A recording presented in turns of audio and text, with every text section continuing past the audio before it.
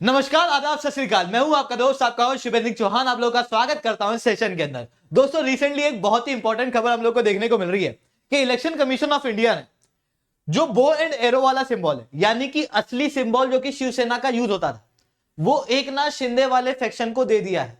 अब सवाल उठता है कि उद्धव ठाकरे जी वाले सेक्शन को कौन सा सिंबल मिलेगा।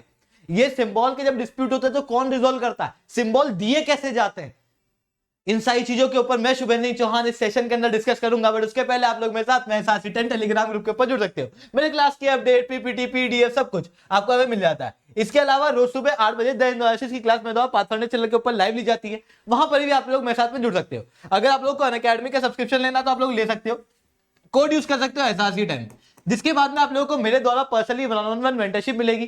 साथ में आप लोगों को 30% तक का डिस्काउंट मिलने वाला है। तो जाओ सब्सक्राइब करो, एसआरसी 10 कोड का प्रयोग करो। तो चलिए दोस्तों, समझने की कोशिश करते हैं कि यार ये इलेक्शन के सिंबल होते क्या। तो पहले समझो कि इलेक्शन के सिंबल दिए क्यों जाते किसी पॉलिटिकल पार्टी या किसी भी नेता को। एक बार इमेजिन करना कि आप वोट देने गए, तो आपके सामने ये ईवीएम मशीन है। इस ईवीएम मशीन के अंदर अलग अलग नाम लिखे हुए हैं और आपने वोट दे दिया। अब इमेजिन करना कि आपके नाम केवल लिखे हुए हैं, सिंबल कोई भी नहीं है, और आप एक इलिटरेट पर्सन हो जो पढ़ना लिखना नहीं जानता, तो आप फिर वोट कैसे करोगे? आपके लिए तो काला अक्षर भैंस बराबर हो गया। ऐसी कंडीशन के अंदर, एक ऐसे देश के अंदर जहां पर एक बड़ी आबादी इलिटरेट है, वहां पर लोगों को इलेक्शन प्रोसेस के अंदर इंक्लूड कराने के लिए सिंबल देने की शुरुआत की गई, जहां पर अलग अलग पार्टियों को, अलग अलग नेताओं को कुछ अलग सिंबल दिए गए। अब थोड़ा सा इमेजिन करना, आप सब लोगों ने इलेक्शन देखे ही होंगे।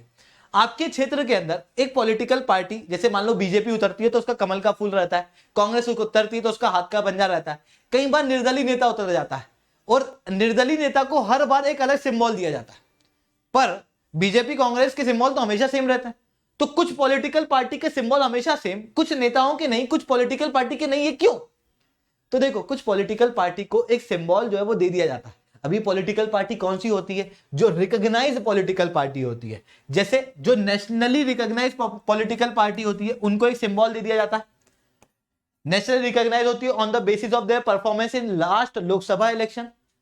स्टेट पॉलिटिकल पार्टी जो होती है, स्टेट की रिकॉग्नाइज पॉलिटिकल पार्टी, उनको भी एक फिक्स सिंबल दिया जाता है।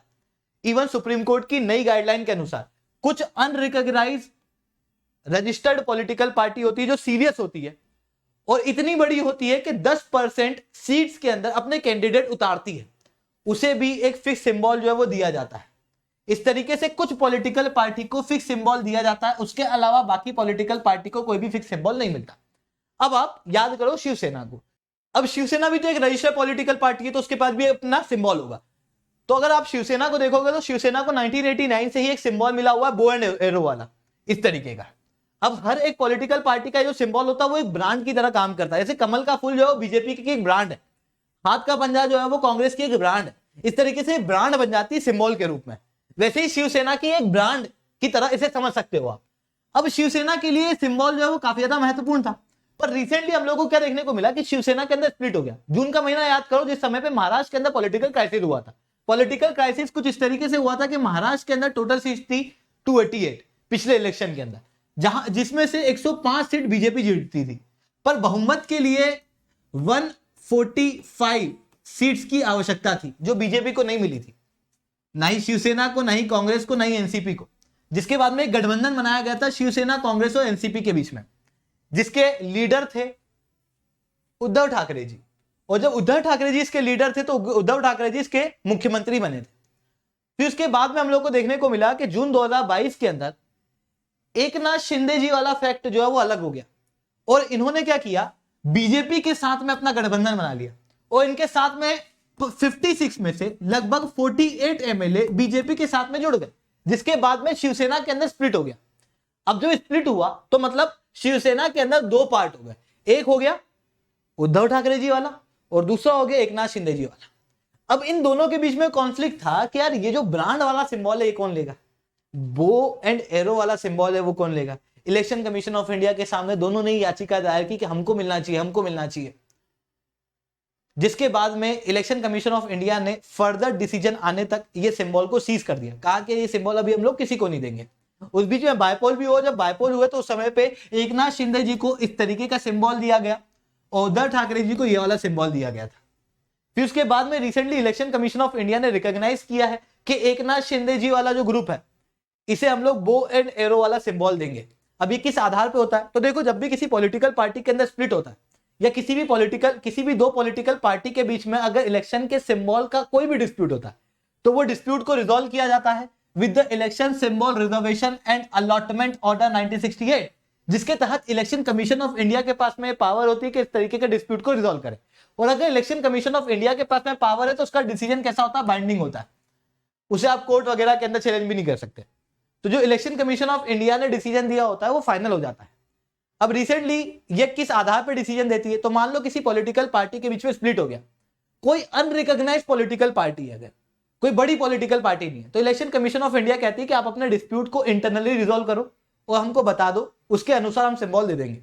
पर अगर कोई रिकॉग्नाइज्ड पॉलिटिकल पार्टी है नेशनल या स्टेट लेवल की, जैसे शिवसेना, उसके बीच में अगर डिस्प्यूट हो गया तो उस दौरान में election Commission of India testing the majority करती है। मतलब ये देखती है कि अधिकतर delegate, office bearer, MP, MLA किस फैक्ट की तरफ गए हैं, किस सेक्ट की तरफ गए हैं। जैसे शिवसेना के अंदर उद्धव ठाकरे वाला जो सेक्शन है और एकनाथ शिंदे वाला सेक्शन है, इन दोनों में से ज्यादा नंबर ऑफ एमपी, एमएलए, बड़े बड़े ऑफिस बियरर किसकी साइड में है, उसके अनुसार डिसीजन जो है वो दिया जाता है। मान लो कि पूरी पॉलिटिकल पार्टी में बहुत बड़ी पॉलिटिकल पार्टी है, एक एक ऑफिस बियरर को नहीं समझा जा पा रहा है, जैसे बीजेपी जैसी पॉलिटिकल पार्टी है जहां पर एक एक ऑफिस बियरर को नहीं समझा जा पाता है, तो ऐसी कंडीशन में केवल एमपी और एमएलए को देखा जाता है कि एमपी और एमएलए किस तरफ जा रहे हैं और उसके आधार पर डिसीजन दिया जाता है। अब आप थोड़ा सा याद करो तो आपको याद आएगा कि जब सेक्शन के अंदर अलग हुआ था, स्प्लिट हुआ था, तो उस समय पे 48 एमएलए किधर आए थे? एकनाथ शिंदे जी की साइड, और उद्धव ठाकरे जी की साइड में मुश्किल से 7 एमएलए बचे हुए थे। तो सीधी सी बात है, क्लियरली ये जाहिर हो रहा था कि ये जो सिंबल है वो एकनाथ शिंदे जी वाली साइड को मिलना था और वही मिल गया। ठीक है, जिसके बाद में डिस्प्यूट जो है वो अभी रिसेंटली रिजॉल्व होता हुआ दिखाई दे रहा है, जिसके बाद में अब आपस में लड़ाई चल रही है कि अरे ये तो इलेक्शन कमीशन ऑफ इंडिया ने गलत करा, अरे ये तो अच्छा करा। दोनों सेक्ट अपनी अपनी गवाही जो है वो दे रहे हैं। पर सवाल ये भी उठता है कि अब जो उद्धव ठाकरे वाला ग्रुप है, उद्धव ठाकरे जी वाला ग्रुप है, उनको अब कौन सा सिंबल दिया जाएगा? तो देखो, according to the rules of Election Commission of India, अगर किसी भी पॉलिटिकल पार्टी के अंदर स्प्लिट होता है और एक पॉलिटिकल पार्टी को जो ओरिजिनल सिंबल है वो दे दिया जाता है, तो वो रिकॉग्नाइज पॉलिटिकल पार्टी ही रहती है। मतलब अगर ये रिकॉग्नाइज पॉलिटिकल पार्टी है तो ये रिकॉग्नाइज पॉलिटिकल पार्टी होगी जिसे सिंबल दिया गया है। जिसे सिंबल नहीं दिया गया है वो अब अनरिकॉग्नाइज पॉलिटिकल पार्टी हो गई है। यानी कि जो उद्धव ठाकरे वाला ग्रुप है वो अभी अनरिकॉग्नाइज ग्रुप है, और जब ये अनरिकॉग्नाइज ग्रुप है तो अगले इलेक्शन के अंदर इन्हें अपनी परफॉर्मेंस दिखानी पड़ेगी, स्टेट रिकॉग्नाइज होना पड़ेगा या एक बड़ी पॉलिटिकल पार्टी के रूप में दिखना पड़ेगा। जब बड़ी पॉलिटिकल पार्टी के रूप में दिखेंगे तो उसके बाद में इन्हें एक फिक्स सिंबल दिया जाएगा। अभी इन्हें कोई भी सिंबल नहीं दिया गया है। तो इस तरीके की चीजें हम लोगों को यहाँ पर देखने को मिल रही है। तो दोस्तों, आज के लिए इतना ही रखते हैं। लेक्चर अच्छा लगा तो लाइक करो, लेक्चर बहुत अच्छा लगा तो SRC10 कमेंट करो। अगर आप लोग को अनअकैडमी के ऊपर सब्सक्रिप्शन लेना है तो आप लोग कोड यूज कर सकते हो SRC10, जिसके बाद में आप लोगों को मेरे द्वारा पर्सनली वन-ऑन-वन मेंटरशिप मिलेगी, जहां पर मैं आप लोगों को बताऊंगा आपको क्या पढ़ना है, किस तरीके से पढ़ना है। इसके अलावा अनअकैडमी के ऊपर अभी 30% तक का डिस्काउंट चल रहा है, आप बिल्कुल से सब्सक्रिप्शन ले सकते हो। अनअकैडमी एक बेस्ट प्लेटफॉर्म है जो आपकी पढ़ाई को और बेहतर बनाता है, क्योंकि एक ऐसा प्लेटफॉर्म है जहां से टॉपर निकलते हैं। पिछली बार 1/3 सिलेक्शन पूरे यूपीएससी के अंदर किसी ने दिए थे तो वो अनअकैडमी ने दिए थे, और रिकॉर्ड तोड़ सिलेक्शन अनअकैडमी के द्वारा दिए गए थे।